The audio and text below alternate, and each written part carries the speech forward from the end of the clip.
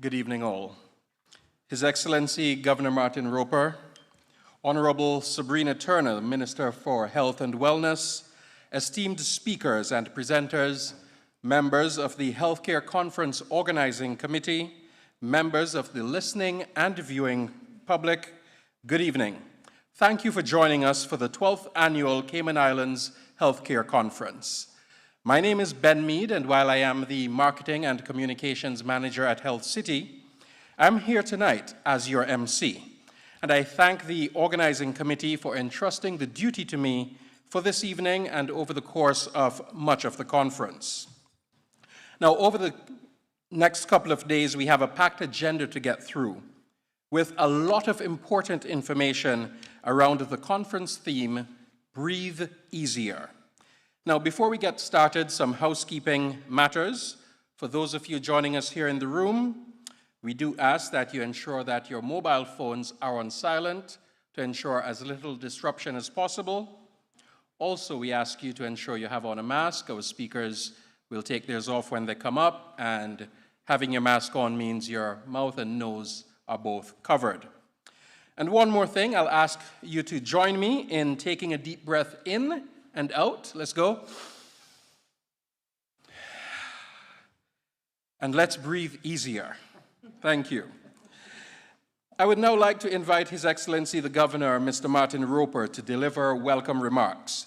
Governor Roper has played a crucial role in the country's response to the COVID-19 pandemic and has been steadfast in his support of the efforts of the government and the medical community as they continue to work hard to keep the country and all of us safe. We are honored that he's able to join us today at this conference. Governor Roper.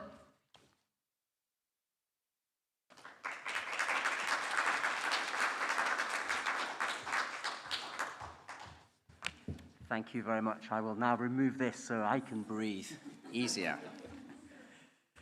Good evening, everybody. It is my distinct pleasure to officially welcome each of you to the 2021 Cayman Islands Healthcare Conference, both those gathered here and everyone joining us virtually via the CIG TV and YouTube channels or the Compass Media Facebook page. And congratulations on starting on time, which, as one or two of you will know, has not always been entirely possible at recent conferences like this. I know that the plan for this year was to host an in-person event open to the public as it was for the first 10 years. However, the recent change in regulations relating to indoor gatherings meant that the organisers had to revert to this mostly virtual format similar to 2020. Nevertheless, I am very pleased that the show will go on. Now, it's been almost a year since I addressed you in this forum, and at that time we were trying to re-envision life with a pandemic as expressed in the theme of the 2020 conference. We were thinking about how to navigate through the uncertainties surrounding COVID-19, separate the misinformation from the facts, and learn how to take care of ourselves both mentally and physically. The challenge then was to find our new normal, however that might look, and to accept it. We had the benefit of several healthcare industry professionals helping to guide us in the process by sharing their experiences on the front lines of treatment and research, providing us with the scientific data and sound advice and reassuring us that it would all be okay. Now, fast forward to today, and although we are now grappling with community-wide spread of COVID, we do have an incredibly powerful weapon in our arsenal to help us confront the disease, and that is, of course, the vaccine. And being vaccinated is what will help us to breathe easier, which is the timely theme for this year's conference.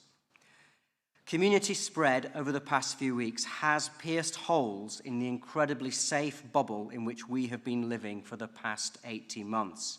The stress and anxiety that has resulted in is understandable, but I continue to urge the community to remain calm and take much comfort in the fact that Cayman's vaccination rates, one of the highest rates anywhere in the world, give us a lot of protection. It is important that we seek to get these rates even higher, and I fully support the government's efforts in that regard. In addition, the availability of the Pfizer booster vaccine, and again, thank you to the UK for providing these to us, for our over 50 population should now add another layer of confidence that we are moving in the right direction and putting these islands in the best position for a cautious and safe reopening. Rollout of boosters to over 70s starts on Monday, and I know further information is coming on how this applies to other age groups. As I have said repeatedly, we must learn to live with COVID. It is not going away, especially because the Delta variant is so infectious, a game changer in this global pandemic. What does coexisting with this disease look like? It is choosing to not allow it to dominate our daily lives and affect our mental health and physical health. It is returning to the basics: hands, face, and space. That is frequent hand washing, not touching our faces, wearing face coverings where appropriate, as well as practicing social distancing. It means taking the necessary steps to protect and improve our overall health, but especially our respiratory health. Perhaps making lifestyle changes such as not smoking, being more aware of the air quality in our personal environments, eating a healthy, balanced diet, making regular visits to the doctor, and ensuring our children do these things too. Exercising is also important, and I'm very fortunate to be able to run on the beach every morning at 6 o'clock, and I know what a vital part of looking after my own well-being and mental health over the last 18 months, just running on the beach every morning in these beautiful surroundings means to me. And such behaviors can all contribute to breathing easier. Last year, I said that the Cayman Islands had an incredibly successful story to tell as it relates to our handling of the COVID-19 pandemic, and that is undeniably true today. The first chapter in our narrative tells how we assessed the situation in March last year and immediately took steps to lock down the country to try and keep the disease away from our shores. It speaks to how we listened to science and then adhered to the government regulations, to police regulations and the medical experts to help keep us all safe. And it describes the Cayman kind we all displayed as we looked out for our neighbours and those who were hit particularly hard financially by the loss of employment, and those with dealing with being hundreds and thousands of miles away from loved ones. Indeed, it showcases the resiliency of the people of these Cayman Islands, the patience, the spirit of cooperation, and the compassion that we showed during a very difficult time. And our second chapter is being written even now, but I believe the highlights will include that same strength that was seen when COVID-19 first appeared. It will record a small Caribbean island in the top 10 list of nations with the highest vaccination rate and one of the most successful responses of any country anywhere. Furthermore, I think it will ultimately reveal a country that rebounds and flourishes in every sector as its residents thrive in the new normal, learning to live well in the COVID-19 era. Cayman can be immensely proud of how it has dealt with COVID so far. We are a highly successful British overseas territory with a superb financial services industry, excellent tourism product, and a community drawing strength from both Caymanian culture and its rich diversity. As governor for almost 3 years now, I am confident and optimistic about the future of these wonderful islands. To conclude, the next 3 days promise to be both informative and inspiring. I encourage you to use the wealth of knowledge that will be shared via this comprehensive agenda and delivered by some fantastic speakers. Use it to create an action plan to help move you and your loved ones forward on a journey that leads to breathing easier. We will all get through this next phase together. Thank you very much and enjoy the conference.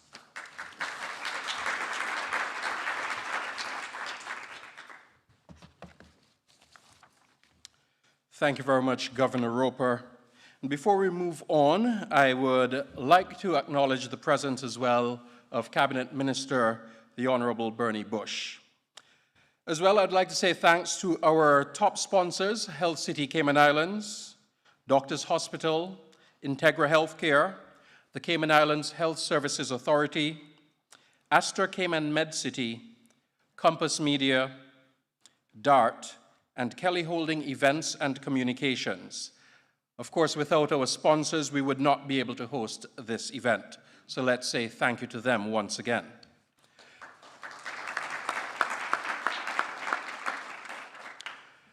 I would now like to invite the Honorable Minister for Health and Wellness, Mrs. Sabrina Turner, to deliver her opening remarks. Minister Turner is the elected member for Prospect, and she has worked tirelessly since being elected to keep us informed and inspired. We are grateful for your leadership and commitment to making this conference a reality despite all of the challenges that the country has faced, especially in the weeks leading up to this conference. Minister Turner, welcome.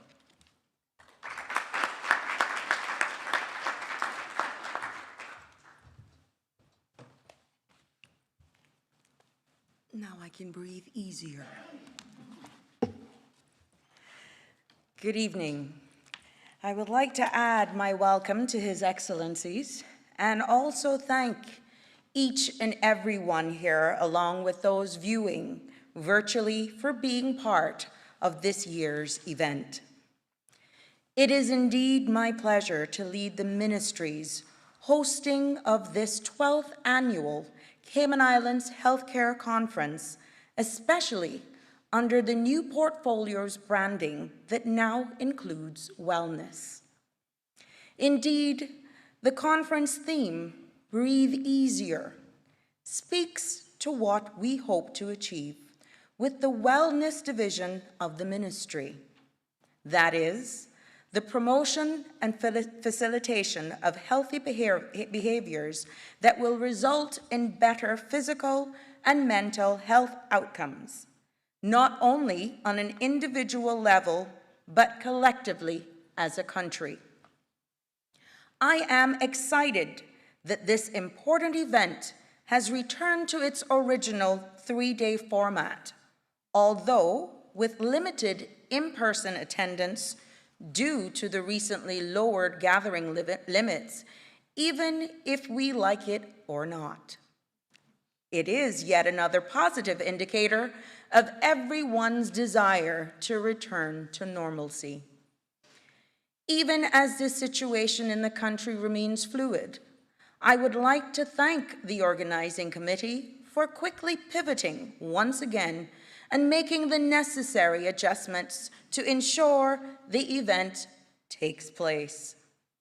Thank you to CIG-TV for broadcasting the conference live on both your cable and YouTube channels, and thank you to Compass Media for your live stream on Cayman's Compass Facebook page.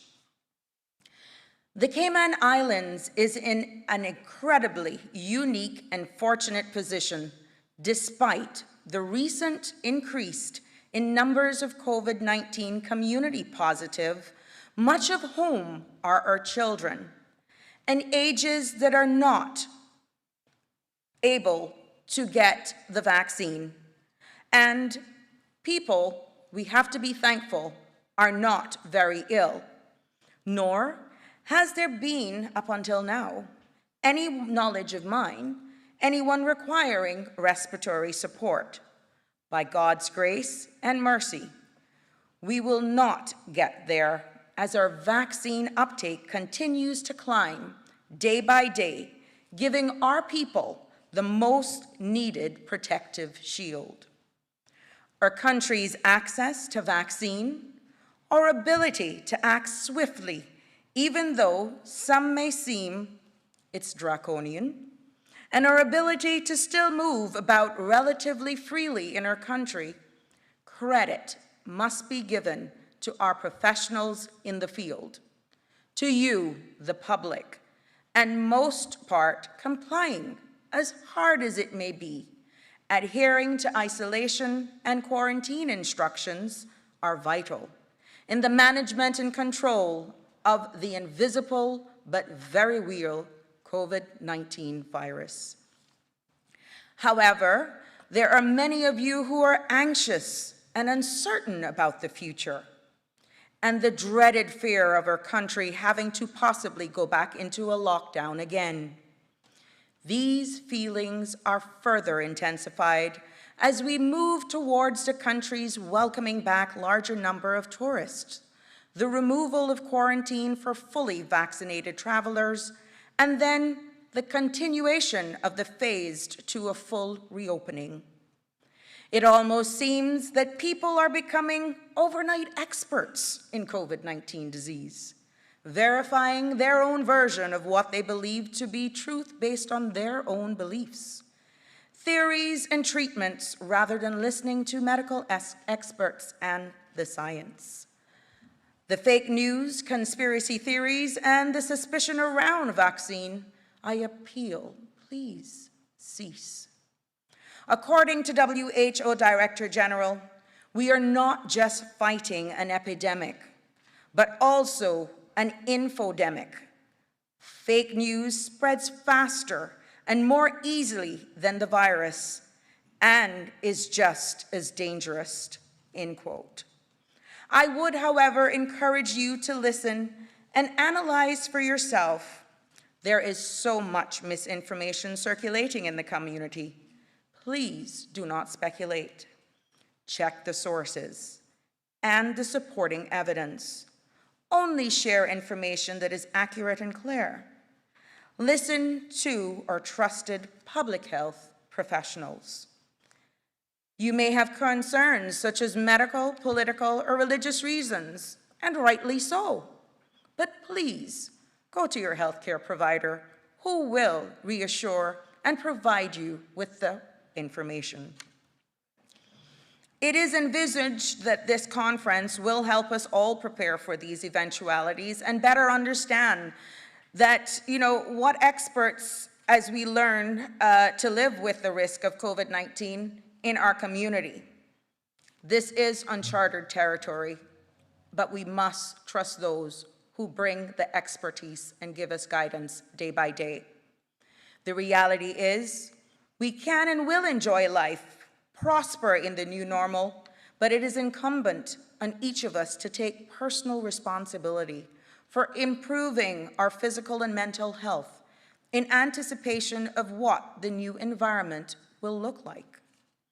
The committee has also collaborated with the public and private sector colleagues, as well as international partners, to put together a comprehensive, relevant, informative agenda that will address many issues we as individuals and collaborative are facing during this COVID-19 pandemic. More importantly, you will be giving practical advice and solutions to help you navigate these challenges and move towards a place where you feel you can breathe easier. It will be a full 3 days, but I believe it will be worth your time. We have an impressive and diverse lineup of professionals, experts in their field, who will offer thought-provoking and beneficial presentations on subjects relating to respiratory health, climate change, COVID-19, mental health, vaccines, alternate medicines, and more. First on the program is Dr. Binoy, Chattuparambil. I got it right. Senior cardiothoracic, vascular surgeon, and cardiac doctor, who will bring remarks on behalf of Health City Cayman Islands, the conference main sponsor. Health City is a longtime supporter of this event and over the years has provided dynamic speakers who always bring a wealth of knowledge and expertise to the discourse that takes place at this conference. We look forward to hearing from the Health City presenters. Research suggests that threats from global pandemics and climate change are interconnected. Both crises affect the health, quality of life, and the livelihood of people worldwide, and are particularly challenging for small, low-lying islands like Cayman. COVID-19 has actually been described as a climate change in fast motion. Researchers assert that any investments in post-COVID recovery should address both threats. Around the world, some governments are already tackling both climate change and COVID-19, integrating climate action and climate resiliency into their recovery plans. We no longer can separate health policy from environmental policy. Our health heavily depends on climate and other organisms with which we share this planet. Therefore, if we want to help prevent the next pandemic, or even just reduce the spread of any disease, the environment must be taken into consideration. We are fortunate to have here Ms. Gina Petrie Ebanks, Director of Department of Environment, to talk to us about sustainability and climate resiliency. She will outline some of the likely local impacts climate change provide, an insight into some of the steps that have been taken by government to discuss how we transition to a more sustainable, climate-resilient society. Our Chief Medical Officer, Dr. John Lee, will close out our evening with a few remarks. Dr. Lee is Chief Policy Advisor of the government on healthcare matters, and he is responsible for leading on national public health matters. I think I can safely speak for us as a country when I say that we are grateful to his calm disposition and his wise counsel over the past 18 months as we wage the battle against COVID-19. We have come back to look forward to hearing what he has to say. Tonight is definitely no different. Tomorrow morning, Dr. Josai Bahat, consultant and pulmonology, critical care, and sleep medicine at Health City, will start today talking to us on the topic of chronic respiratory diseases, known as silent killers. These illnesses are often neglected, but are the leading cause of death. Some examples of lung cancer, cystic fibrosis, and sleep apnea. Dr. Bahat's decision will focus on COPD, asthma, and post-COVID-19 pulmonary fibrosis. These conditions contribute to us not able to breathe easier, but they are also preventable. And I am sure there is a lot that we will learn from this presentation. I'm also very excited about the session on complementary and alternative medicine.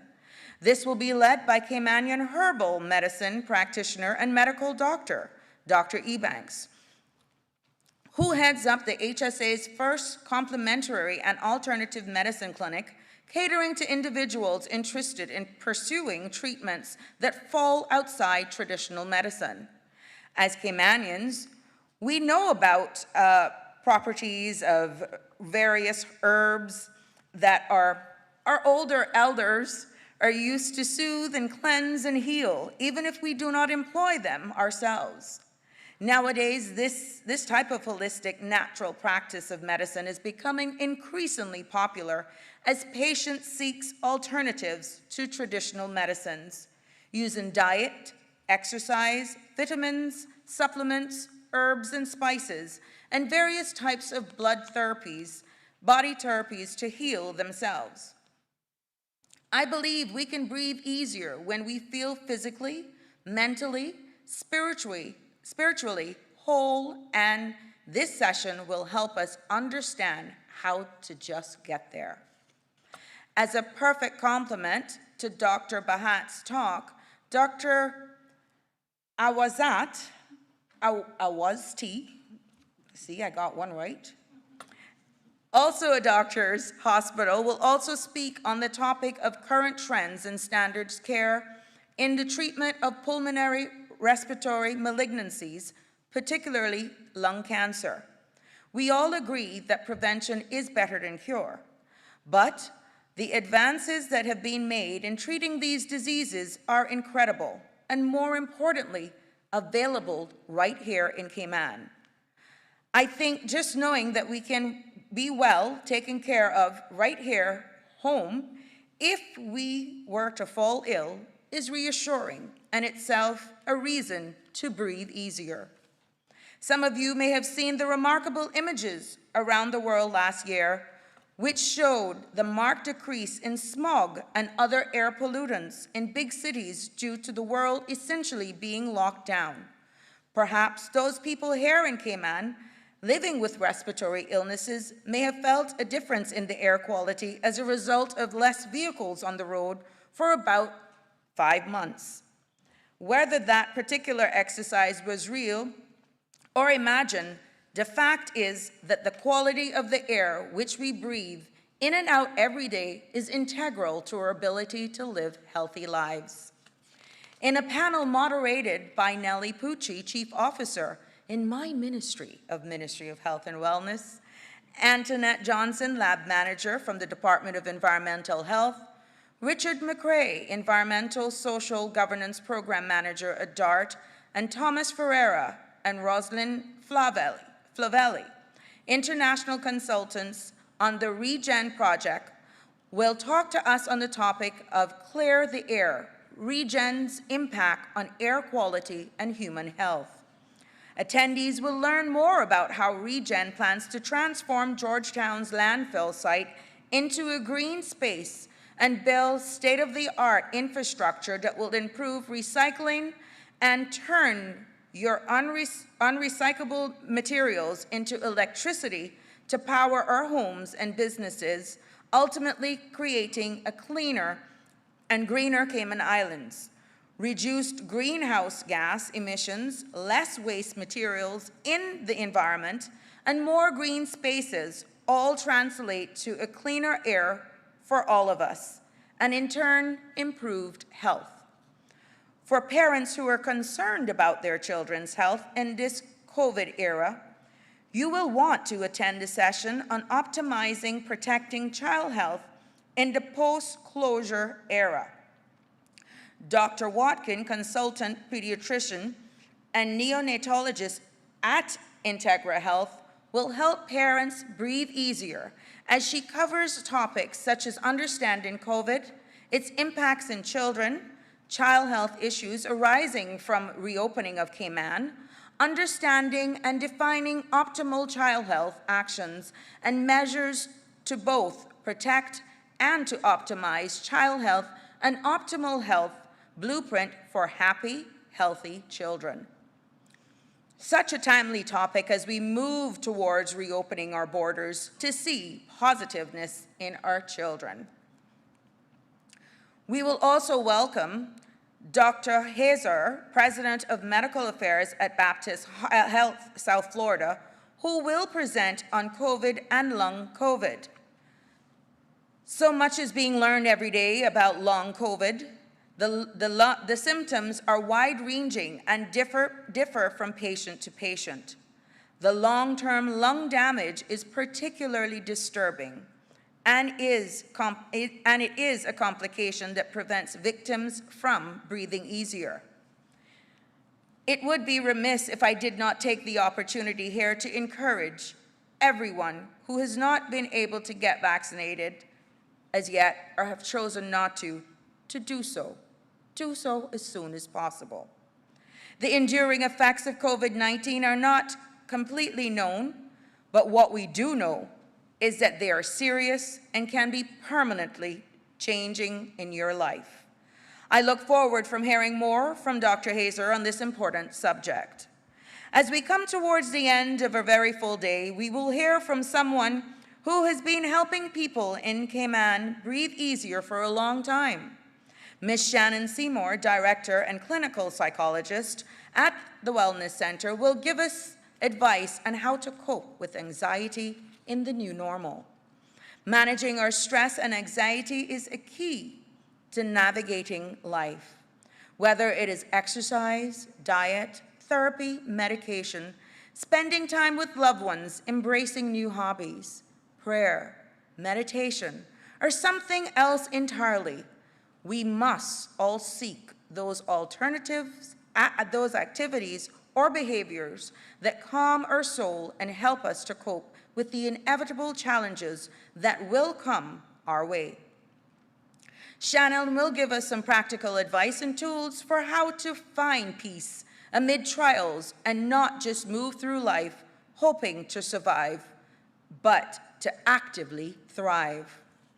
Our last speaker tomorrow will be Dr. Jerry Bovell, a medical herbalist at Embodied Holistic Health, who, like Shannon, is concerned with improving our quality of life. Jerry does this holistically in conjunction with medical knowledge. She utilized plants and herbs as medication to treat or prevent physical conditions, illnesses, and allergies, and has worked with such ailments as diabetes, sleep disorders, allergies, digestive disorders, anxiety, stress, respiratory ailments, circulatory conditions, and inflammation. I hope that you are as impressed as I am with the variety of perspectives that are being presented at this conference. There is something for all of us, no matter what our beliefs are, on how to achieve optimal health. The options and solutions that will be offered will give us food for thought and perhaps challenge us to think differently as it relates to how to practice self-care. Our final conference day is a shorter one, but no less compelling. It begins with a presentation from Dr. Edward Fitzgerald, Head of Healthcare at KMG in Bermuda. Dr. Fitzgerald has written extensively on how COVID-19 has impacted the healthcare industry and how leaders in this important sector can build and sustain a resilient new reality. He has provided global insights, practical advice, and tools to clients around the world, and on Saturday, he will share some global lessons from recovery and resilience in healthcare. I think this will be a very informative one for everyone who works in this field. Sometimes an inability to breathe easy or deal with what life is throwing our way can lead to engaging in negative behaviors such as substance misuse and as a coping mechanism. Those individuals who are battling with substance disorders and trying to get better find themselves saddled with the stigma surrounding these deviant activities, which can push them further down the road of harmful behaviors. Raquel Tobian, clinical social worker and chemical dependency counselor at Infinite Mind Care, will be talking to us about suffocating from stigma. Topics she will cover includes understanding our implicit and explicit biases, examining our personal biases around mental health and substance use disorders, understanding why the stigmas around mental health and substance use disorder are problematic, and our personal responsibility in changing that stigma. Our final session on the last day of the conference is a panel about COVID-19 vaccines. This conversation is so necessary. COVID-19 spread across the globe faster than anyone could have anticipated. Despite Western nations having pandemic plans, most of them were caught off guard and definitely unprepared. The question, could we have done better? Will we be asked for years to come? This panel will tackle that very question, as well as talk about COVID-19 vaccine success stories. Dr. Lee, along with Dr. Charles and Dr. Cummings from the HSA, Dr. Patel from Health City, and Dr. Keys from Doctors Hospital will have the discussion. My hope is that it will help us all better understand the COVID-19 vaccines as well as think about lasting impacts of the pandemic on the world. I think this is a great way to close out the conference, looking forward for the future. At this time, I would like to take the opportunity to thank our sponsors for helping make this year's conference a reality. We know that budgets continues to be stretched to their limits, so we appreciate the support that our local and international sponsors have given to this important event. to our esteemed speakers and panelists, both locally and those joining us from overseas. I thank you for being here to share your research, knowledge, and experience with us. Your input is invaluable, and we look forward from hearing from you. Finally, to the attendees here tonight and watching virtually, thank you for making this event making this investment in your health and committing to enhancing your lives and the lives of your loved ones by seeking out valuable information that will help you succeed. Ladies and gentlemen, thank you for your time and enjoy the conference. God bless you all.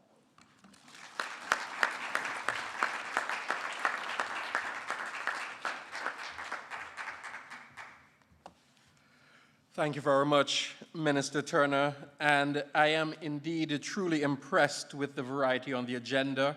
There's something for everyone. If you're not able to join us, if you're watching from the comfort of your home or your office, you're not able to join us for the entirety of the event, there's certainly sections for everyone.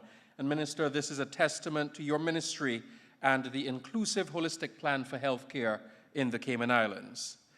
Now, speaking of healthcare in the Cayman Islands, I'll put on my day job cap, as I'm pleased to introduce the next speaker, who is also now ultimately my boss, Dr. Binoy Chattuparambil. He's a senior cardiothoracic vascular surgeon and cardiac doctor. But before he starts, here's a quick video from us at Health City, Cayman Islands. It's reassuring to know world-class healthcare is right here at home. We have Cayman's most comprehensive suite of in-house services to diagnose and treat a wide range of diseases and conditions. Bringing together leading experts, the best technology, and the latest techniques, we work as a team to understand your health and ensure you get the best possible outcome.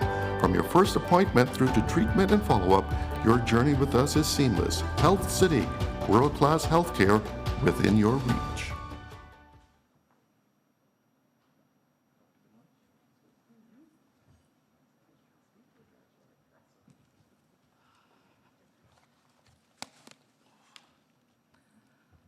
Good evening, His Excellency the Governor, Honorable Minister Turner, Honorable Minister Bernie Bush, other government dignitaries, ladies and gentlemen. Welcome to the first day of this year's Healthcare Conference. On behalf of Health City Cayman Islands, I extend my thanks to our host, the Ministry of Health and Wellness. We are grateful for their support to our medical and healthcare industry always. Thank you to the conference organizing committee for putting together an engaging program. It is Health City's pleasure to lend our support as a major sponsor of this year's healthcare conference. This conference over the years has a stellar history of providing us with access and exposure to the best and the brightest of Cayman's medical and healthcare community. When we met virtually last year, we all hoped that by this time, the pandemic would be under control. For over a year and a half, our physical health, our livelihoods, and our economy have been turned upside down by this COVID-19. And unfortunately, we find ourselves here at yet another semi-virtual conference. When COVID-19 hit the world, really had no idea what we are going to face. Its virulence, its transmission, the upending of daily life. And while the fight is far from over, we are transitioning to a new normal of living with COVID-19. There is no doubt that COVID is the most serious crisis the world has faced in a long time. However, through this crisis, our country has been luckier than most. The theme of the conference is Breathe Easier. Over the coming days, we have the opportunity to reflect on and share the lessons learned from the ways in which we have responded to COVID-19 in our homes, in our institutions, and across the healthcare sector. But more importantly, if we are to breathe easier, we must move forward collaboratively and collectively and look at the tools, resources, and roadmaps we need for our country to bounce back and emerge stronger than before. As Cayman's vaccination rates climb, we need to start moving to a calmer, more balanced, and planned strategy to help us all learn to live with COVID-19.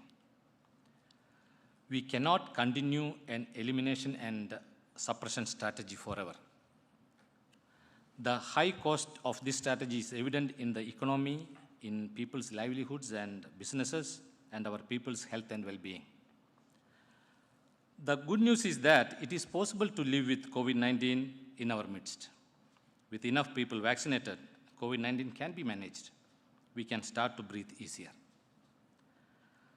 At the end of February 2020 last year, Cayman had its first COVID-19 patient, a cruise ship patient or passenger that was transported to Health City for care following a cardiac event and who later tested positive. As soon as we discovered the patient was positive, everyone at Health City moved into action. We worked together and followed protocols. We moved swiftly and worked with the appropriate authorities to ensure everyone's safety and contain the spread of the virus. We faced the challenges at that time head-on, and I am proud of our staff, the teamwork, the commitment and focus they showed.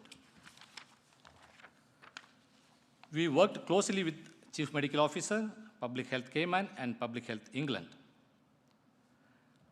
There was sharing of information amongst the medical community, an unprecedented level of collaboration across all the disciplines and across the countries. A couple of months later, in April, Health City was strategically positioned to help organize the delivery of a shipment to Cayman of 30,000 PPE kits. Equipment, it was vital for the safety of our country's frontline healthcare workers. This procurement was no easy task. We spent countless hours, sleepless nights, and early mornings dealings with different time zones and all of the logistical hurdles, and that were many. But working together with our government, the HSA, and the governor's office, we got the kits here. I look back at those early months of pandemic to ask, what have we learned? What are the positive takeaways? At each turn, at each obstacle and challenge, it was teamwork, collaboration, and collective spirit that kept our country safe and through which we were able to achieve exceptional things together. Public and private partnerships, diplomatic teamwork across borders, a medical community and public health focused on a common goal, that is to keep our hospitals from being overwhelmed and to get our people vaccinated. We would not be where we are today if it wasn't for this level of collaboration.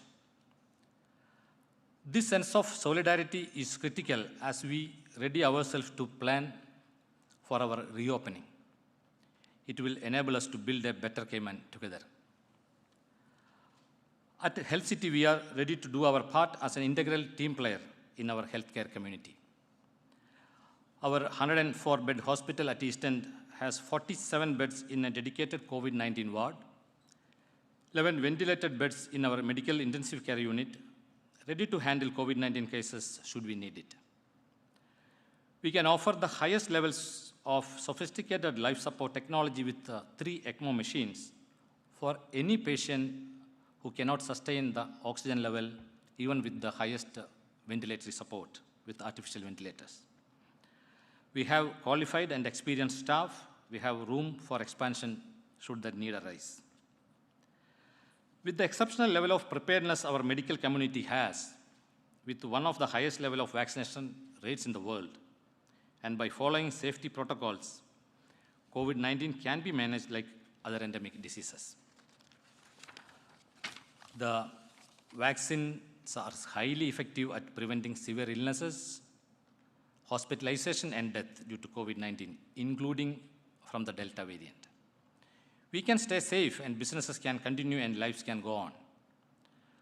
By uniting as we face the next phase of the COVID-19 journey, we can stop holding our collective breath.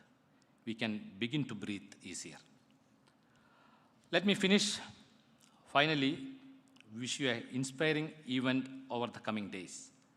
I hope you find it very productive and informative. Thank you. God bless.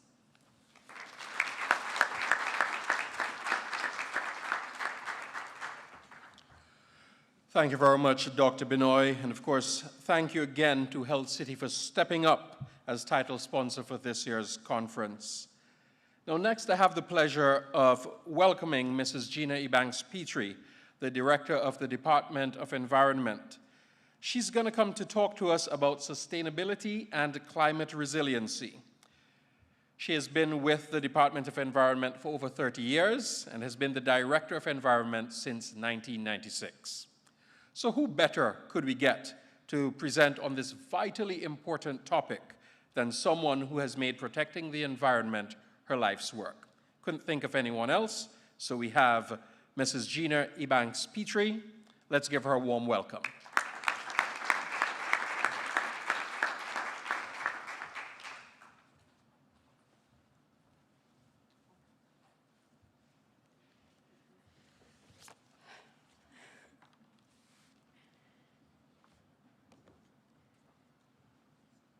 Thank you very much for that kind introduction. With protocol having been established earlier, good evening, everyone here in attendance, as well as to those of you who are joining us online via Zoom. Climate change is making headlines with increasing regularity, and the news is signaling an increasing sense of urgency. I'm therefore very pleased that this year's health conference with the theme Breathe Easier has chosen to highlight the topic of climate change. And I'd like to take a minute to thank the Ministry of Health and the conference organizers for inviting the Department of Environment to present on this topic. I think this bodes well for the significant amount of work that needs to be carried out nationally in order to adequately prepare the Cayman Islands to respond to the wide range of predicted impacts of climate change on small, low-lying islands such as ours. I would also like to publicly thank my team at the DOE for all the assistance they have provided in putting together this presentation, particularly Ms. Wendy Johnson and members of her team within the Environmental Management Unit, Jerica Wood and Nathan Dack, who assisted with the research and the production of slides. It's truly been a team effort.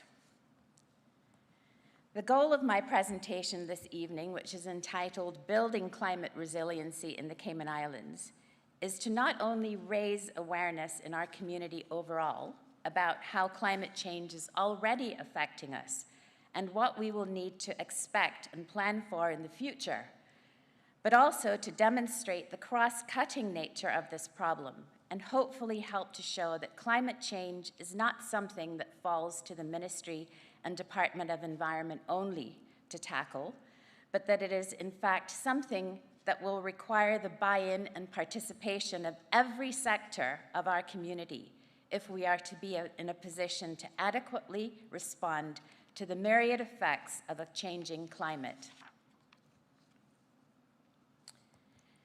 So, what I will attempt to cover within the next 30 or 40 minutes is to unpack and provide a very brief introduction to the scientific evidence for climate change and speak briefly about the concept of climate resiliency. To discuss what we know about the range of current and expected impacts of climate change locally, to spend a few minutes looking specifically on the effects of climate change on human health. I will then finish up by speaking about what has been done locally in relation to a national response to climate change and building climate resiliency, and what plans are in place to build on and expand that work.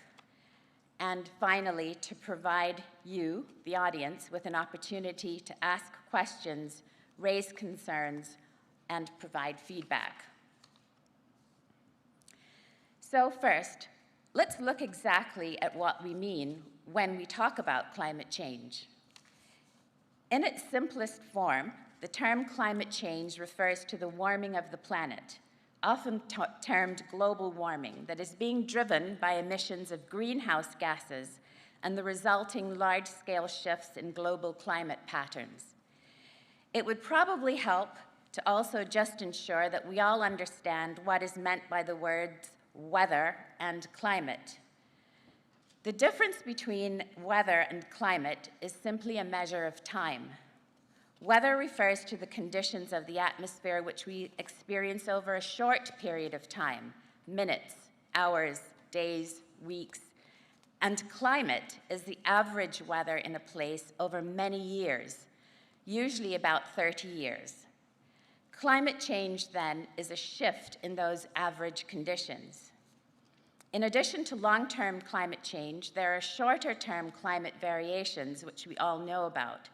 This so-called climate variability can be represented by periodic or intermittent changes related to El Niño, La Niña, volcanic eruptions, or other changes in our planet's systems.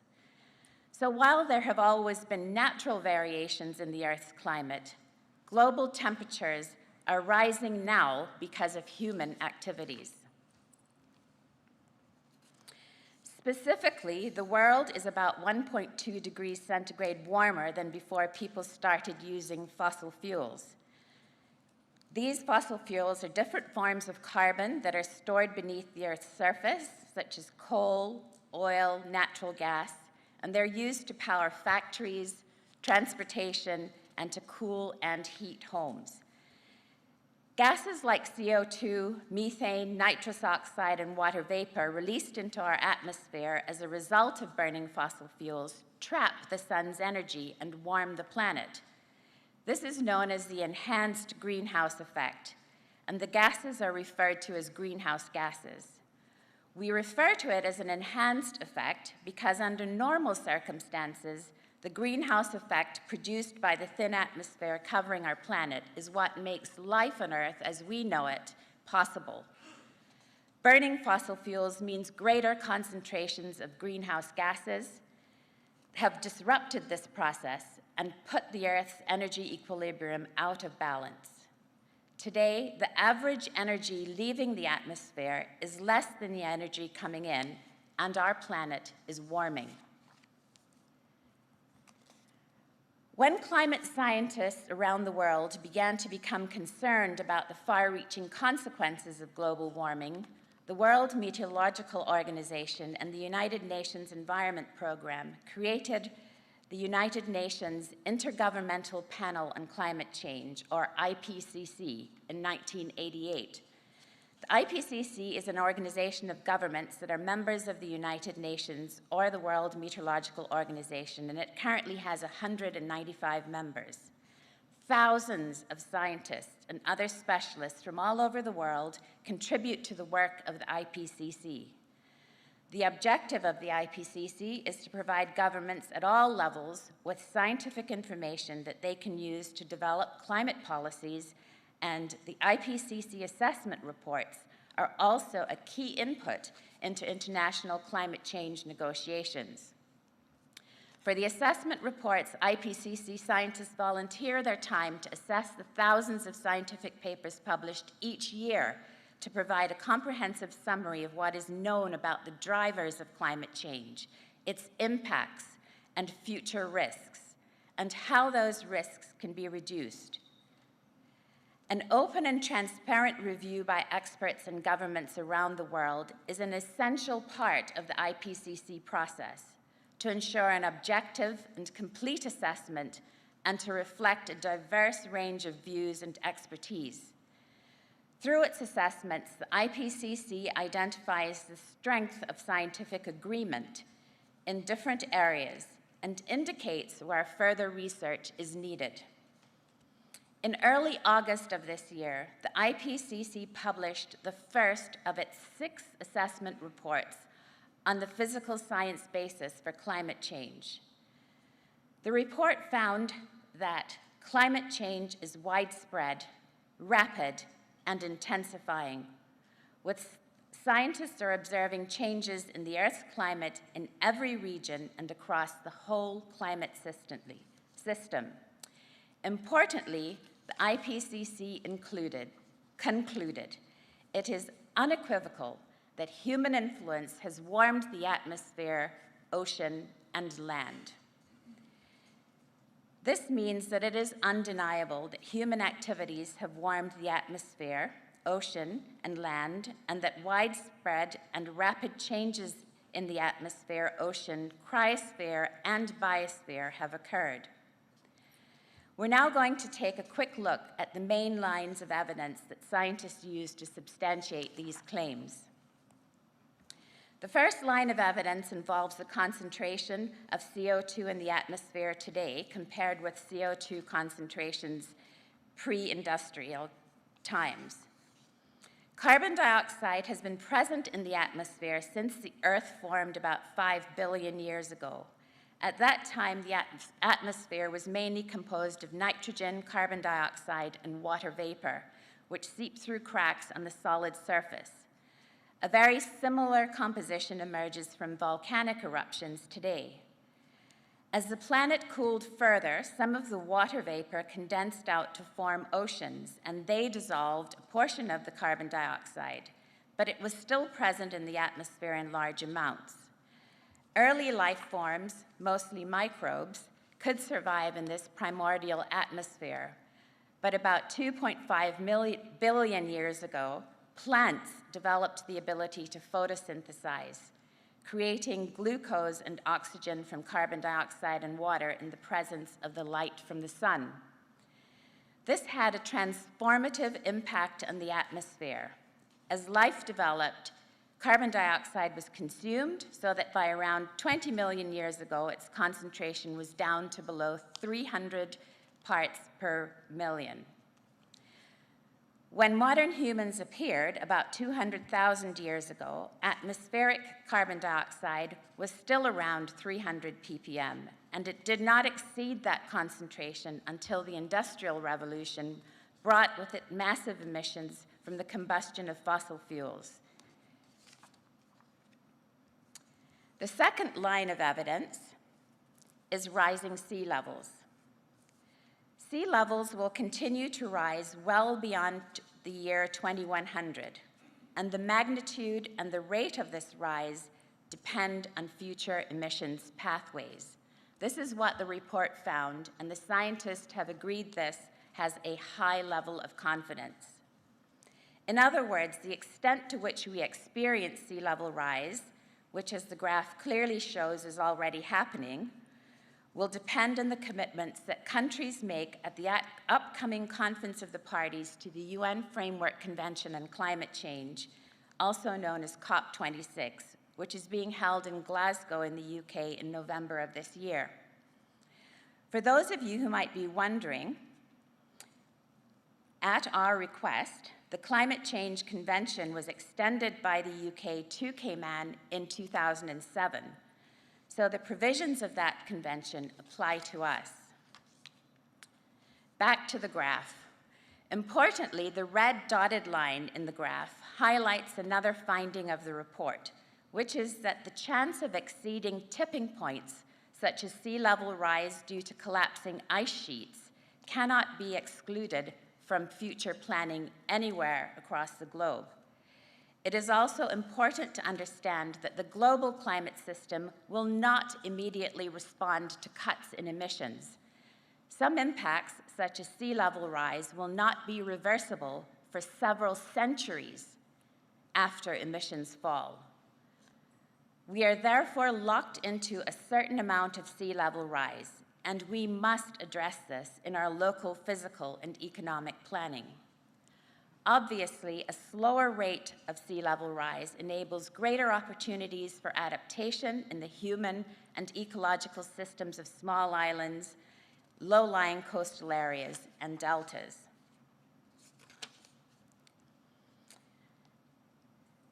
This graph shows that human activities are responsible for approximately 1.1 degrees C or 1.9 degrees Fahrenheit of warming between 1850 and 1900, and averaged over the next 20 years, global temperature is expected to reach or exceed 1.5 degrees C of heating. In the scenarios studied by the IPCC, there is greater than 50% chance that the 1.5 degree target is reached or crossed between 2021 and 2040, with a central estimate of the early 2030s. We are talking approximately 10 years from now. So why is 1.5 degrees C important? Impacts are already occurring and will be much worse at 2 degrees C than previously projected. That means that 2 degrees C is no longer a safe goal to avoid the worst impacts of climate change, particularly for small low-lying islands such as ours. The co-chair of the IPCC working group noted, "We are already seeing the consequences of 1 degree C of global warming through more extreme weather, rising sea levels, and diminishing Arctic sea ice, among other changes."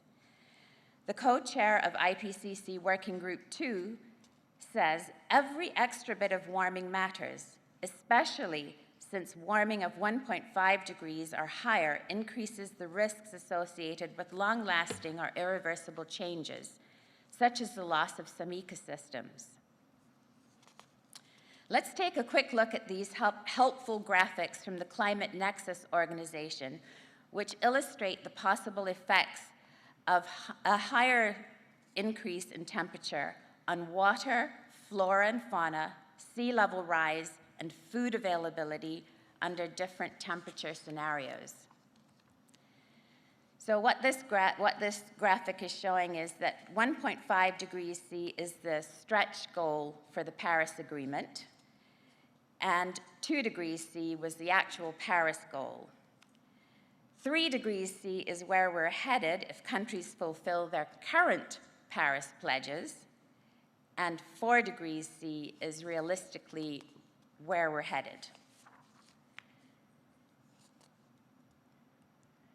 In terms of impacts on water, this graphic just basically shows us that there will be severe impacts on water availability for populations around the globe, with more frequent and severe droughts occurring the higher the temperature. Impacts on flora and fauna are equally alarming. 1.5 degrees C already has us experiencing the loss of some 70 to 80% of our coral reefs. 2 degrees C, we see all coral reefs disappear, and I'll talk a little bit more about why that might be later. 3 degrees C, marine ecosystems may collapse, and at 4 degrees C, half of all plant and animal species face local extinction.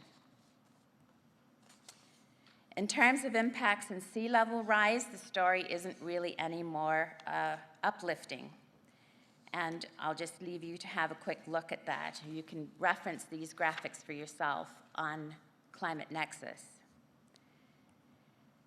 The other thing that I think we don't normally associate with climate change is the whole impact on our food security.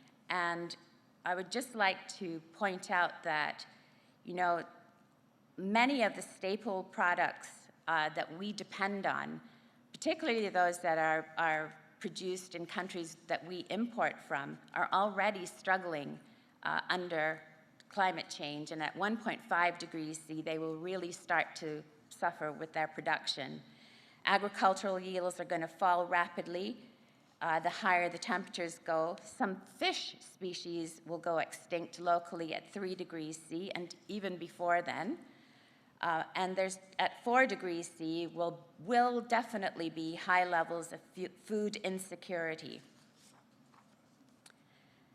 So We have all this knowledge available to us, but across the world, we continue to put 100 million tons of man-made greenhouse gases into the thin shell of our atmosphere every 24 hours. Locally, the DOE collects information from various stakeholders on an annual basis, and then we provide the data to the company which calculates the total UK emissions for reporting purposes.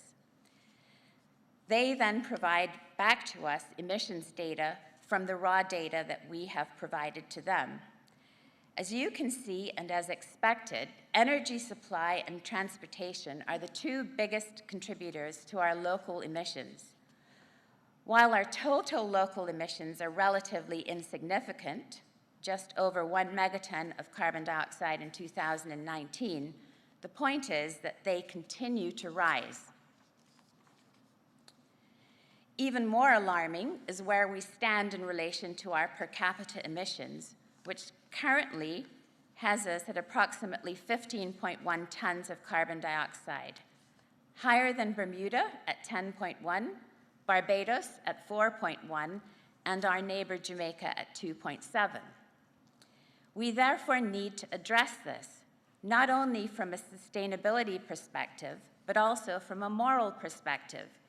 It will be very difficult to get up and make a case that the rest of the world has to cut their emissions to reduce our climate change impacts when we are unwilling to take a look at our own practices. I'm going to switch gears now from looking at the scientific basis for climate change and global trends and look in a bit more detail on what we know to be the predicted impacts of climate change in our region and in our island. The Caribbean Development Bank has long been cognizant of the need for increased knowledge about climate change and its effects in the Caribbean region. In 2017, the organization provided a grant of over 400,000 euros to the University of the West Indies through financing from the EU to implement the project State of the Caribbean Climate Report, Information for Resilience Building. The Climate Change Studies Group at the Mona campus within the Department of Physics was directly responsible for technical implementation of the project, and the report pictured here was launched in April last year. The report is intended to be a comprehensive, first-stop reference report that details the state of knowledge of climate variability and change for the Caribbean region at the time of its compilation. As the authors note, this report is expected to become the premise for actionable recommendations to improve the region's resilience across all levels and sectors. In summary, this is what the report says regarding the state of the Caribbean climate today, and the most likely state of the Caribbean climate in the not-too-distant future. So essentially, what it's saying is that today we're already experiencing increasing temperatures, and in the future, that will continue. Today, we have more variable rainfall. In the future, we can expect variability of rainfall and more drying, particularly in the northern Caribbean region, which is where we're located. More extreme events in terms of hurricanes, droughts, floods, etc., are already happening. I'm sure you're not immune to hearing about these on the news. And those are predicted to increase in the future.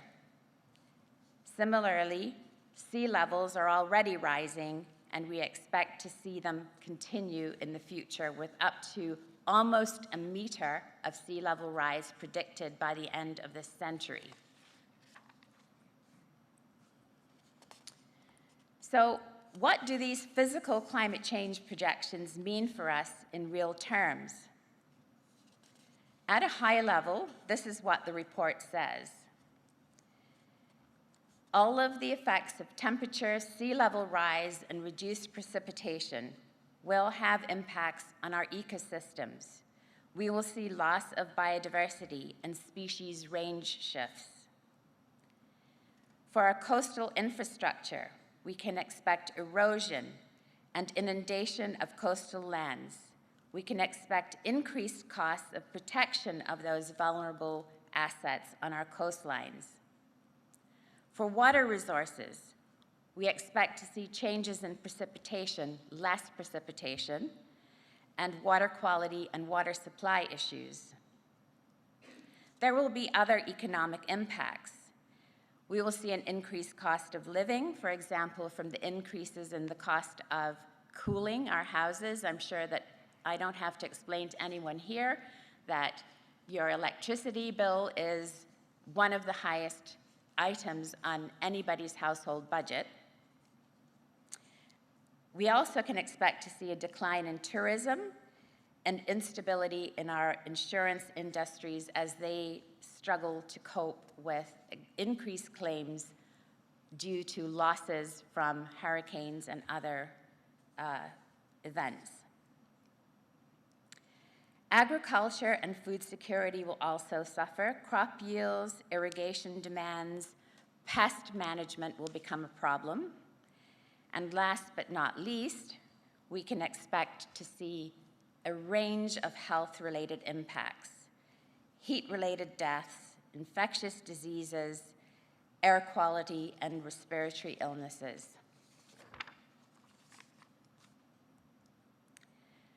Let's look a bit more closely at what the report says about some of the potential impacts on our marine and terrestrial biodiversity. In the terrestrial environment, adequate shading and soil moisture are essential for seedling development and survival in our dry forests. Since soil moisture is directly related to rainfall, a drying Caribbean will lead to higher seedling mortality and impact species diversity. Less rainfall also makes our terrestrial plant communities more susceptible to fire. From a marine biodiversity perspective, sea level rise threatens sea turtle nesting areas. We're already experiencing this here in Cayman, and the DOE is increasingly having to relocate turtle nests, which would be threatened during tropical storms or periods of heavy wave action.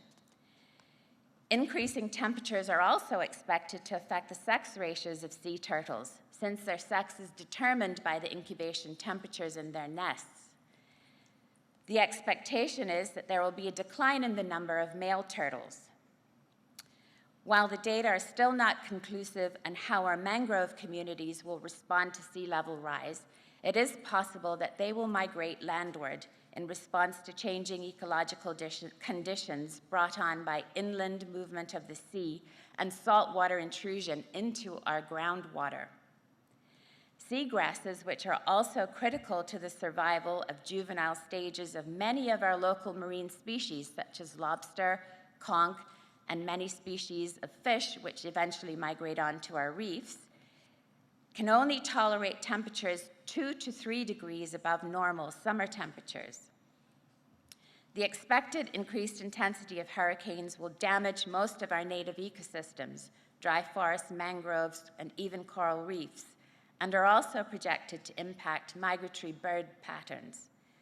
Warming seas will promote the northern migration of Caribbean grazers like parrotfish, and there is even data collected locally by the DOE and our partners in our Grouper Moon project to suggest that the larvae of our iconic Nassau groupers are likely at the upper limit of their thermal tolerance.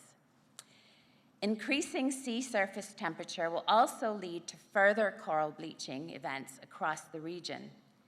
As we saw earlier, coral reefs are extremely sensitive to increasing temperatures as they already exist close to the upper limit of their thermal tolerance. Bleaching is the normal response for increased temperatures. The level of thermal stress they are experiencing, together with the fact that they now exist in oceans where the pH of the water is declining due to increasing amount of carbon dioxide, that is, it's becoming more acidic, the carbon dioxide being absorbed out of the atmosphere by the oceans. And this is deeply concerning for the future survival of these highly productive and very attractive ecosystems. It is therefore critical that we do everything possible to ensure that our reefs remain as healthy as possible and are not regularly subjected to additional man-made stresses such as pollution and sedimentation. This is just a slide with a bit more information on coral bleaching. And just to underscore that coral bleaching is directly linked to climate change, as one of the main causes of coral bleaching is thermal stress.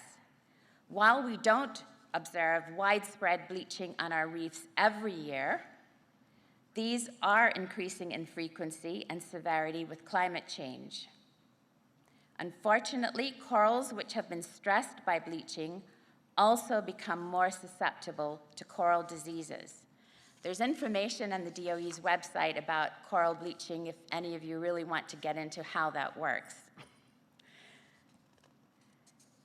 The report also notes that continued coastal development, particularly development which does not respect established coastal setbacks or which is permitted to occur in the active area of our beaches, together with the continued removal of natural barriers like mangroves and even seagrasses, will increase exposure of our coastal infrastructure such as roads, airports, ports, utility poles, water pipes, cemeteries, housing, hotels, and other tourism infrastructure to flooding and erosion due to sea level rise. All of these will be exacerbated with the impacts of tropical storms and hurricanes on our coastlines. In terms of water resources, as I mentioned, we expect to see less rainfall. When the rain does fall, it will come heavier, causing flooding and soil erosion. We can expect salinization of our groundwater because sea levels will rise and will move, and that interface between our groundwater and the seawater will move further inland. And the other point I think that I would like to make here is that in Cayman, we're very fortunate that we have potable water produced by desalination, but desalination is an energy-hungry process. So that in itself, we need to take a look at in terms of the sustainability of even the way we get our drinking water, our potable water. Coupled with the projected milder winters in North America and Northern Europe, our tourism industry will likely be threatened by reducing appeal of the islands as favorable destinations. So we can expect, for example, to see loss of our beaches due to sea level rise and more intense hurricanes, coastal inundation on a regular basis, damage to critical infrastructure, and degradation of our coastal ecosystems such as coral reefs, and of course, these are all big attractions for our current visitors. In addition, the tourism industry may suffer from climate change mitigation measures implemented across the world, such as levies on aviation emissions, which would increase overall the cost of air travel. Due to climate change events and human pollution, sargassum influxes now represent significant threats and contribute to ecological and socioeconomic disturbances in our country. Recent sargassum influxes in the Caribbean are thought to be related to human impacts, primarily the input of extra nutrients into our marine environment, usually from the discharge of treated sewage, and climate change. So sargassum, we've also seen, have a significant impact on our marine flora and fauna simply by masking out light that is essential for seagrasses and coral reefs. But we also have seen hugely significant impact on our recreational beaches just because people can't get to them, and possible impacts on human health that arise as the sargassum starts to break down and release, among other things, hydrogen sulfide. So we then have air quality issues. I mentioned that there would be other socioeconomic impacts like increased cost of living, instability in the insurance industry. But one interesting fact that I'd like to share with you is that Climate change is also expected, and this was from the State of the Caribbean Climate Report, to affect students' academic performances, especially where there's not adequate cooling, for example, in classrooms.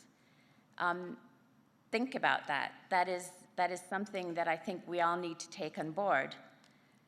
And obviously, there was already documented in other parts of the world, not so much here in Cayman, again, because of our excellent public health system and the efforts of MRCU, but in many, many countries around this region, there is a great loss of productivity almost every year due to vector-borne diseases like dengue, malaria, chikungunya, etc.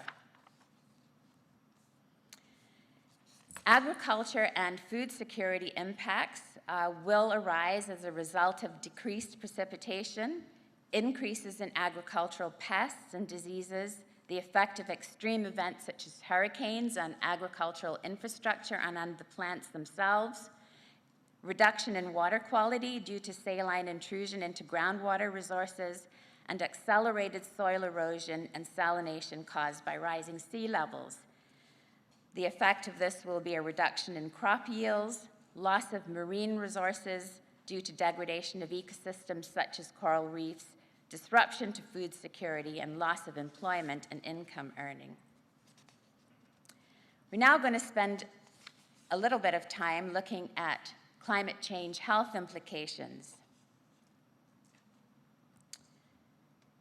The WHO Director General is quoted as saying that the risks posed by climate change could dwarf those of any single disease.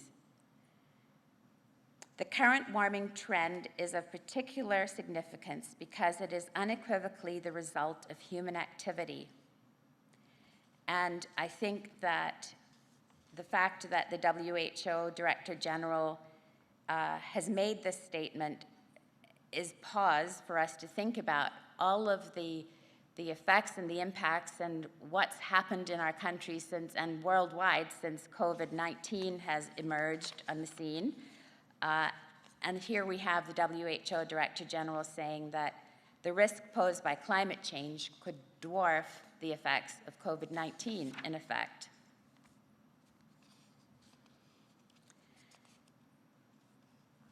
This article basically says that climate change is the greatest threat to public health, top medical journals warned.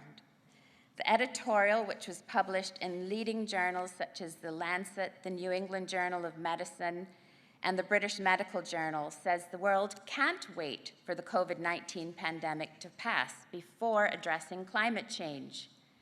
No temperature rise is safe, the editorial says. In the past 20 years, heat-related mortality among people over 65 years of age has increased by more than 50%. Higher temperatures have caused increased dehydration and renal function loss, dermatological malignancies, tropical infections, adverse mental health outcomes, pregnancy complications, allergies, and cardiovascular and pulmonary morbidity and mortality. All of these disproportionately affect the most vulnerable, including children, older populations, poorer communities, and those with underlying health problems. This next graphic shows the wide range of health outcomes as a result of climate change. The slide illustrates the most significant climate change impacts: rising temperatures, more extreme weather, rising sea levels, and increasing carbon dioxide levels, their effect on exposures, and the subsequent health outcomes that can result from these changes in exposures. In terms of specific impacts in our region, increasing temperatures will result in warmer seas that may contribute to toxic algal blooms and increased cases of shellfish poisoning, as well as ciguatera, reef fish poisoning. Hotter temperatures may also lead to more vector-borne diseases. High temperatures speed up the life cycle of the mosquitoes and the disease organisms they harbor and make adult mosquito bites more deadly more often. Increasing temperature may also cause reproductive problems in both men and women. High temperatures may lead to reproductive problems in men due to the relationship of repeatedly raising testicular temperature by 3 to 5 degrees and decreased sperm counts. Exposures of pregnant women to increasing temperatures may lead to hyperthermia, which may result in a high incidence of embryo deaths and malformation of the head and the central nervous system. Climate factors will increase respiratory problems across the region. Higher temperatures, humidity, and Saharan dust will increase the incidence of asthma, bronchitis, and respiratory allergies across the region. Inhalation of air pollutants from fossil fuels and waste incineration will lead to more respiratory illnesses. Higher temperatures and humidity stress the body's ability to cool itself. Heat stress can lead to heat-related illnesses such as heat strokes and cramps. In extreme cases, it can become fatal. The heat island effect will exacerbate the impact of increasing temperatures.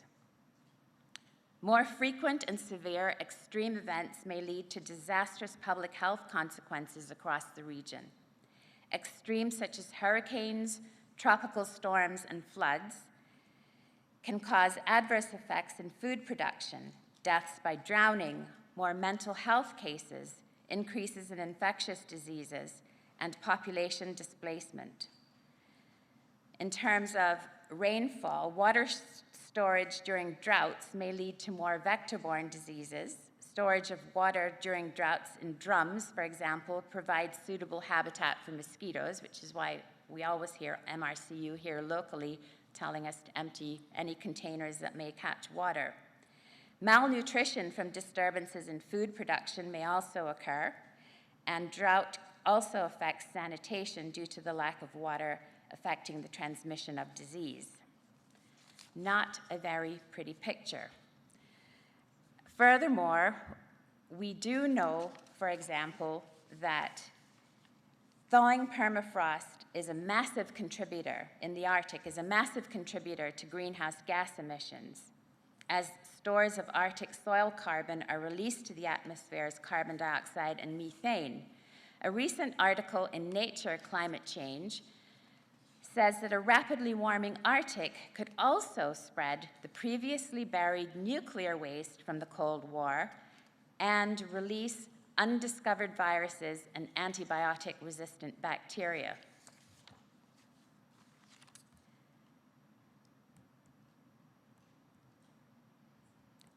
Okay, I need to change to my next slide, and it's not working.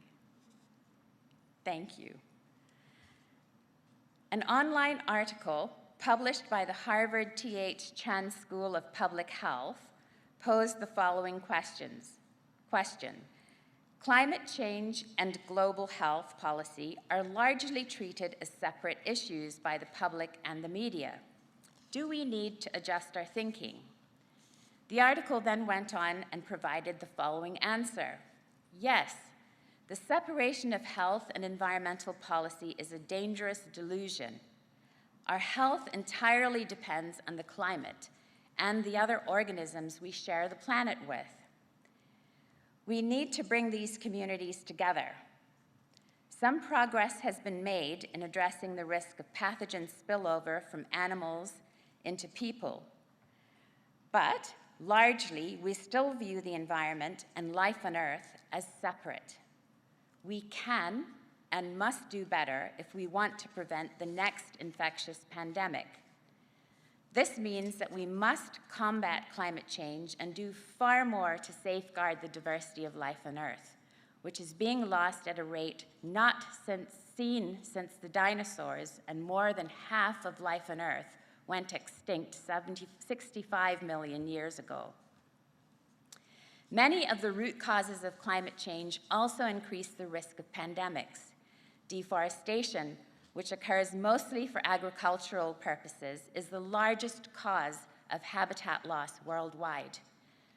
Loss of habitat forces animals to migrate and potentially contact other animals or people and share germs.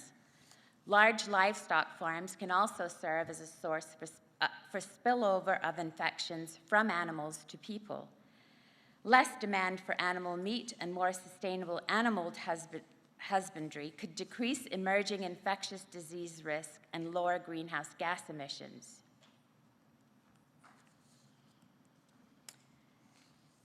Many governments met the threat of the COVID-19 pandemic with unprecedented funding. The environmental crisis demands a similar emergency response.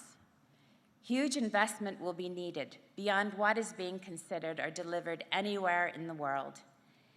Insufficient action means that temperature increases are likely to be well in excess of 2 degrees, a catastrophic outcome for health and environmental stability.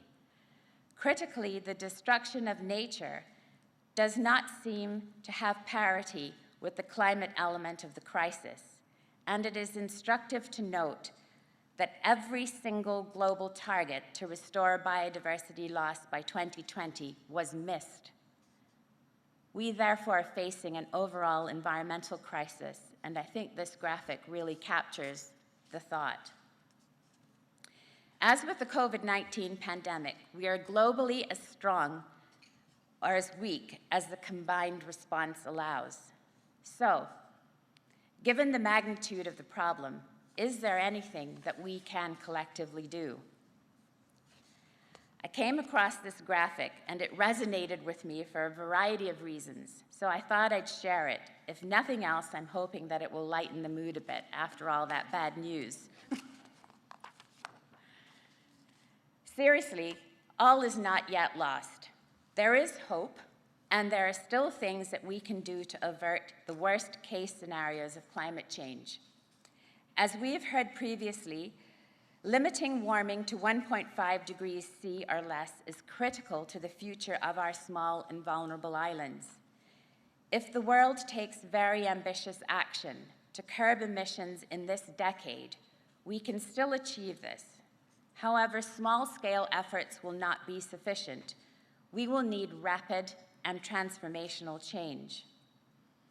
A recent report from the World Resources Institute notes that if we think of this in terms of the global carbon budget, the total amount of carbon dioxide we can emit and still have a chance of limiting warming to 1.5 degrees was only 400 gigatons at the beginning of 2020. Assuming recent global emissions levels of 36 gigatons per year, which is roughly equivalent to 10 years before we exhaust the budget. While global emissions dipped due to COVID-19, they have bounced back very quickly. We therefore have to change the way we use and produce energy, make and consume goods and services, and manage our natural environments. Technologies that remove carbon dioxide from the atmosphere and store it are under development and are being trialed as we speak, but they cannot yet address the scale of the problem we face. Natural approaches like planting trees and not removing natural areas such as wetlands, which are some of the best natural systems at sequestering carbon, are also helpful. The report concludes that while achieving the 1.5 degrees C target will be difficult, there are also opportunities in the type of transformational change required which can lead to betterment for societies, better quality jobs, and health benefits. It will be crucial for countries to put forward stronger emissions reductions targets and commit to net zero emissions by mid-century, if not sooner, so that we can give ourselves a decent chance for a safer future. This now brings me to my last few slides, which will look at what exactly do we mean by being more climate resilient and what actions are being taken by the Cayman Islands government to build climate resiliency in our country. It has to be said that the creation of the new Ministry of Sustainability and Climate Resiliency is the strongest signal yet from the Cayman Islands government that it intends to prioritize pursuing a sustainable development path for our country and recognizes the tight connection between sustainable development and building climate resiliency. There is so much that could be said about sustainability and the Sustainable Development Plan for our country, but that is a whole different presentation. What I would like to do, though, is to look a bit more closely at what it is meant by climate resiliency or resilience. The National Academy of Science defines resilience or resiliency as the ability to prepare and plan for, absorb, recover from, and more successfully adapt to adverse events. Many of us are probably familiar with this equation. Risk is vulnerability times the threat. The Center for Climate and Energy Solutions Climate Resiliency Portal says that to maximize both the type and the effectiveness of a climate resilience strategy, public and private sector organizations should follow a two-step process to plan for resilience investments. The first step is to understand the risk, both the threat and the vulnerability aspects, and then to decide whether the risk will be mitigated, transferred, or accepted. Managing risk requires addressing either the threat or the vulnerability, or both, depending on the situation. In terms of climate risks, it's too late to eliminate the short-term threats by reducing one of the major drivers of climate change, greenhouse gas emissions only. The impacts of climate change, such as sea level rise, drought, and more frequent and severe weather, are already here. And as such, it is important to address climate vulnerabilities and make the nation more resilient. That said, cutting greenhouse gas emissions, such as carbon dioxide, can reduce how fast the threat grows and help lower future long-term risk. Addressing both climate threats and vulnerabilities is the most effective strategy to reduce overall risk. In climate change terms, this involves pursuing one of two options: mitigation or adaptation. Mitigation essentially attends to the causes of climate change. Adaptation addresses its impacts. Mitigation measures include reducing national emissions, primarily through the uptake of renewable energy, sustainable energy technologies, and energy efficiency regulations and practices. They also involve the designation of protected areas, which can sequester carbon and serve as carbon sinks. A recent article by Professor Robert Twilley of the Louisiana State University notes that carbon sequestration by mangrove forests is the amount of carbon that accumulates in wood or soils each year and remains stockpiled there, isolated from the atmosphere where it can cause climate change. In total, the world's mangroves sequester about 24 million metric tons of carbon in soil per year. A mangrove forest on the Pacific island in Micronesia can store as much carbon annually as a tropical rainforest in Panama. Since the passage of the National Conservation Act, we have managed to increase our protection of mangrove wetlands, but we still have a long way to go. Earlier this year, we were also able to increase the amount of our narrow coastal shelf, which is protected in strict no-take areas, from approximately 14% to just under 15% on average for the 3 islands. These no-take areas contain healthy seagrass beds, which are also excellent at sequestering carbon.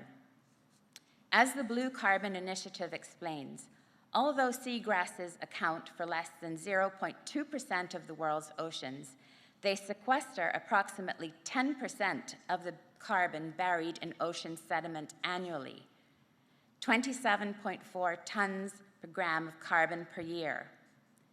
Per hectare, seagrasses can store up to twice as much carbon as terrestrial forests. Let's take a quick look at adaptation measures.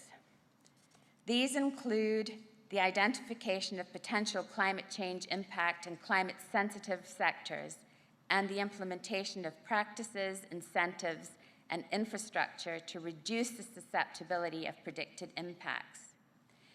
This list here is a list of adaptation measures that we could implement in the Cayman Islands with enough will. We need to embed resiliency measures into our development and planning legislation and policies and ensure robust enforcement of those pieces of legislation. We need to look at restoring ecosystems and at reforestation of areas that have been cleared. Engineered coastal protection will become a reality for us. Water management, stormwater management, and rain catchments are going to be really important. They already are. We all experience flooding from time to time during heavy rainfall. Flexible and diverse cultivation needs to be prepared for natural disasters. We need to take a look at our agricultural sector and what's happening there. Active modes of transport like biking or walking can help reduce traffic-related air pollution and also encourage physical activity, which has many public health benefits, including reduced rates of obesity, heart disease, and diabetes. In Cayman, we have 2 documents which incorporate both adaptation and mitigation measures from a climate change perspective. The draft National Climate Change Policy was developed under a UK-funded initiative between 2009 and 2011. There was a very large cross-sectoral committee that basically contributed to the development of this policy. Unfortunately, there was no uptake at the political level, and it remains in draft form. The other is the National Energy Policy, which has been formally adopted and which includes targets for emissions reductions and the adoption of renewable energy as follows. 70% of our total electricity generation is to come from renewable sources by 2037. 70%. We are nowhere near that. By 2020, total peak greenhouse gas emissions not to exceed 12.3 tons of carbon dioxide per capita. You've seen that we're already at 15.1. By 2030, emissions per capita to reduce to 4.8, which is in line with the Paris Agreement. Under Darwin funding from the UK, the Cayman Islands government has also embarked in the process of creating natural capital accounts, which help us to ascribe monetary values to our natural assets through the valuation of the ecosystem services provided by them. As explained in this graphic, the interaction between built, social, human, and natural capital affects human well-being. Built capital and human capital, which we know as the economy, are embedded in society, which is embedded in the rest of nature. Ecosystem services are the relative contribution of natural capital to human well-being. They do not flow directly. It is our hope that the Cayman Islands government will eventually be in a position, through this work, to publish natural capital accounts alongside traditional measures of economic health, such as GDP, as a means of giving a more comprehensive picture of the true state of well-being of our population and our country. Other climate action locally has included, for example, an FAO and Department of Agriculture Food Security workshop, which was held here in 2011. PAHO and the Ministry of Health, Environment, Culture and Housing hosted a climate change and health workshop in 2019. We have many provisions in the National Conservation Law supporting regulations, species conservation plans, and protected area management plans that will help us to build climate resiliency. The draft National Planning Framework needs to be passed, it needs to be comprehensive, it needs to include consideration of climate change and biodiversity loss. And lastly, we need to continue monitoring our greenhouse gas emissions. Finally, what are some of the planned and pending actions to build climate resiliency? First of all, I'm very excited to tell you that we have, through the Governor's Office and with help and funding from the UK, the Ministry of Sustainability and Climate Resiliency has organized for a climate change risk assessment to commence in November of this year. Some of you may be contacted to assist with identifying risks, scoring them, and ranking them for the health sector. So when you get the call, please help. We also are going to use that information as a means of updating and adopting national climate change policy. The Premier has said that this is a priority for him. We also need to update and aggressively implement provisions of the national energy policy, and I'm very pleased to announce too that that is also part of the ministry's agenda for this term of the current government. Updating our development and planning legislation is underway in terms of the Plan Cayman for Grand Cayman, but there is an urgent need to create and adopt development plans for the sister islands. The sister islands, as many of you may know, they have no development plan, which is worrying and something that needs to be addressed.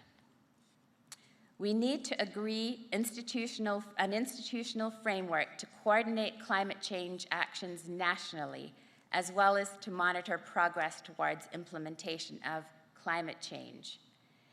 And finally, I would just like to make a plug for the collection of relevant data across all sectors. In Cayman, we have traditionally not been very good about collecting data, probably because we don't have any kind of tax system here, so there's not really an imperative to do that. But I would suggest that the threat of climate change really does require us to think again about what we need in terms of information to guide our policies and our plans from a climate change resiliency perspective. And that includes the health sector. So I would encourage you to have some discussion about what are some of the indicators of health-related effects of climate change and whether we ought to be collecting some of those data so that we can promote appropriate policies and plans. Lastly, I'm just going to take a very brief minute because people always say, what can I do? This always seems so hopeless. Across the globe, climate scientists say that people can help by reducing their reliance on cars, taking public transportation, cycling, switching to electric cars, properly insulating their homes, taking fewer flights, and, believe it or not, eating less meat and dairy.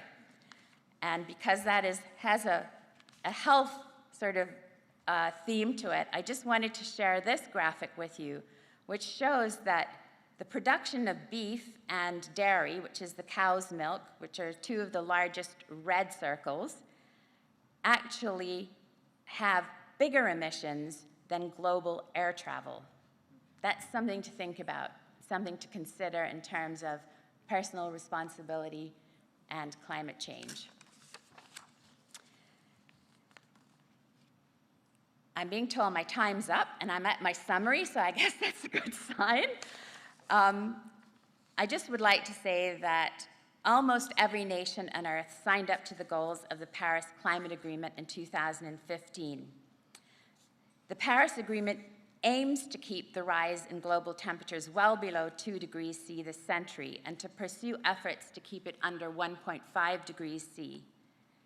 The new IPCC report just published in August this year says that under all emission scenarios considered by the scientists, both targets will be broken this century unless huge cuts in carbon take place.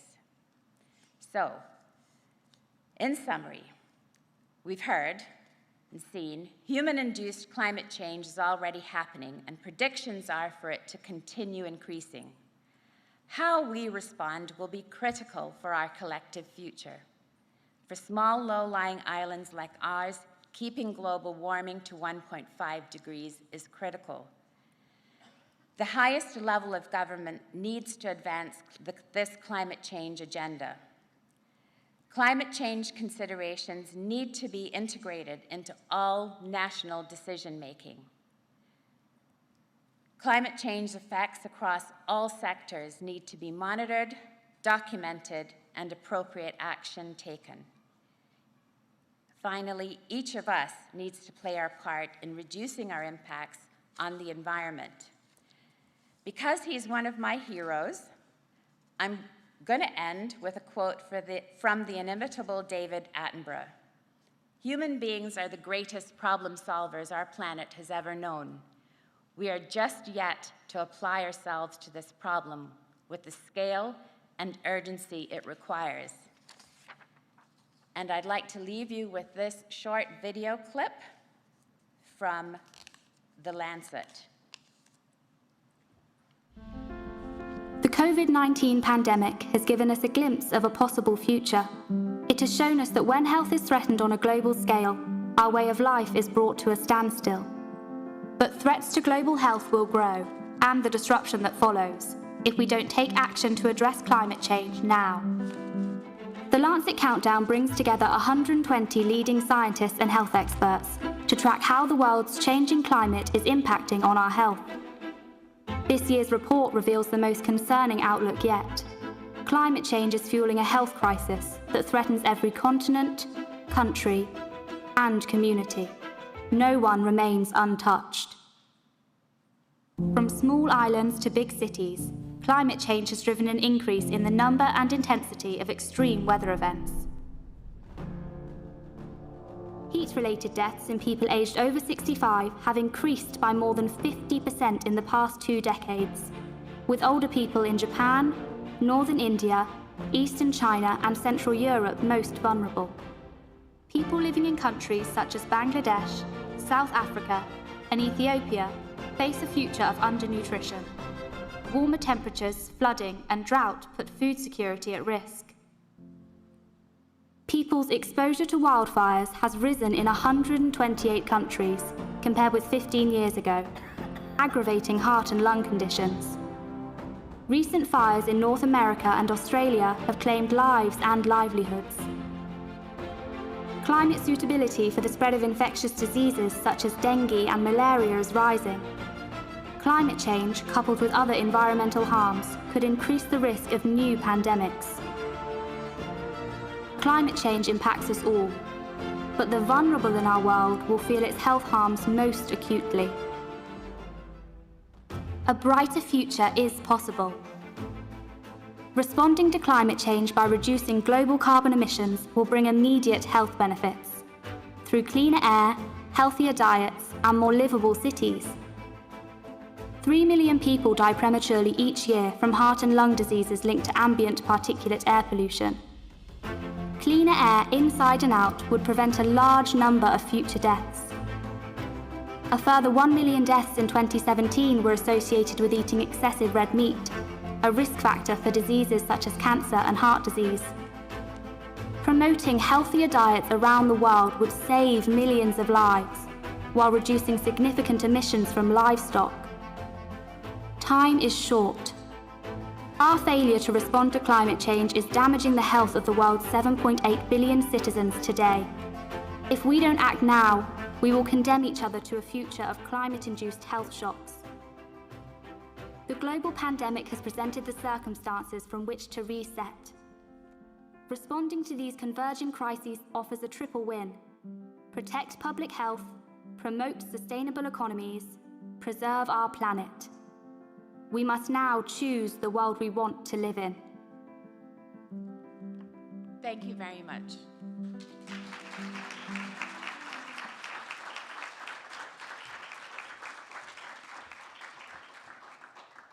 Thank you very much, Mrs. Ebanks-Petrie. That was certainly an informative way to start this conference.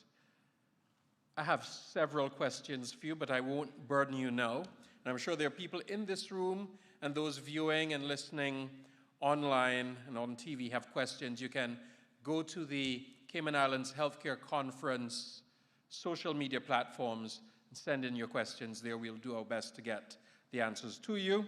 And we do know from this video a brighter future is possible, so we can all breathe easier knowing there's something we can do collectively.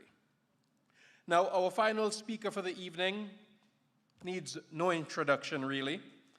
He makes my job here very, very easy.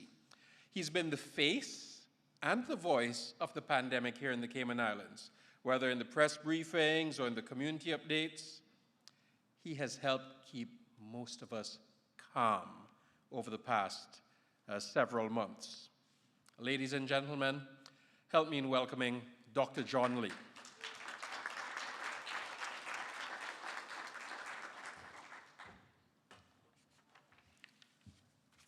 Thank you very much, Ben. Good evening, everybody. Protocol having been established, I just want to add a few words before we get to go and have a little relaxation after this evening's excellent events, before we close this session. On behalf of the Healthcare Organizing Committee, I'd like to thank His Excellency the Governor, the Honourable Minister Turner for joining us to bring greetings and to show their support for this very important event. I think it's probably now around my 9th healthcare conference that I've been involved in, not quite all of them. I think there have been a surprise for my minister tonight, because I don't think she knew I owned a suit. But I do, I have a few in my wardrobe, but I'm warning you all, you might never see one again. Dr. Binoy and your Health City team, thank you very much for joining the ministry yet again this year and being the title sponsor.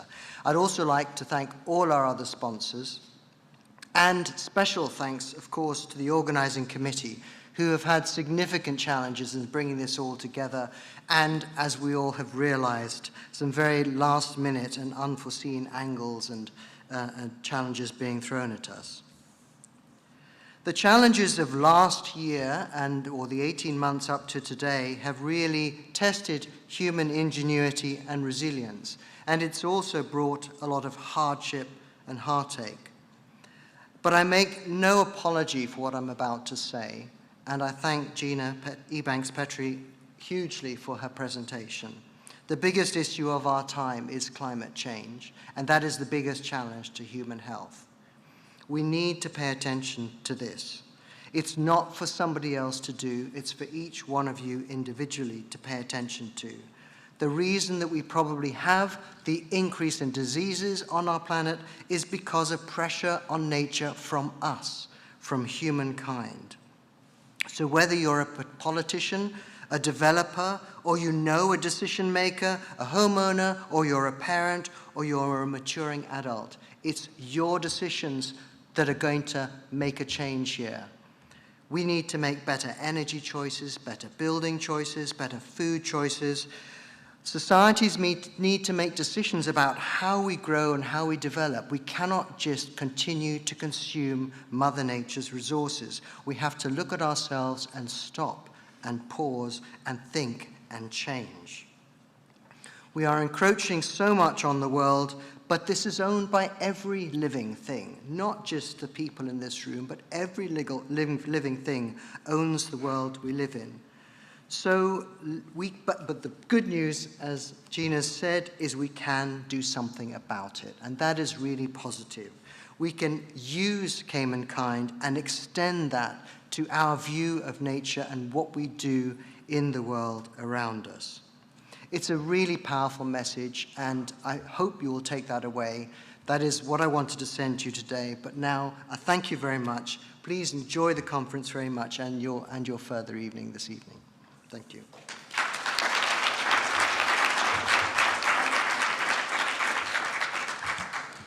Thank you very much, Dr. Lee, and to all of our speakers this evening. Now, thanks as well to everyone who has been joining us across the various platforms, whether it's CIG TV, the CIG TV YouTube page, the Cayman Compass Facebook page. Here's a reminder, If you missed part of this evening or you won't be able to join us tomorrow, you can always go back and view the conference presentations there. We'll also be loading them up to the conference website, healthcareconference.ky, a bit later on. Just want to say to all of our sponsors, Health City Cayman Islands, Doctors Hospital, Integra Healthcare, Astor Cayman MedCity, Cayman Islands Health Services Authority, Kelly Holding Events and Communications, DART, Compass Media, Cineco, the Wellness Center, Baptist Health International, and Infinite Mind Care. Thank you very much. Without you, this event would not be possible. So we're asking those of you viewing to join us tomorrow at 8:30 a.m. We'll be starting on time. Thank you very much, and good night.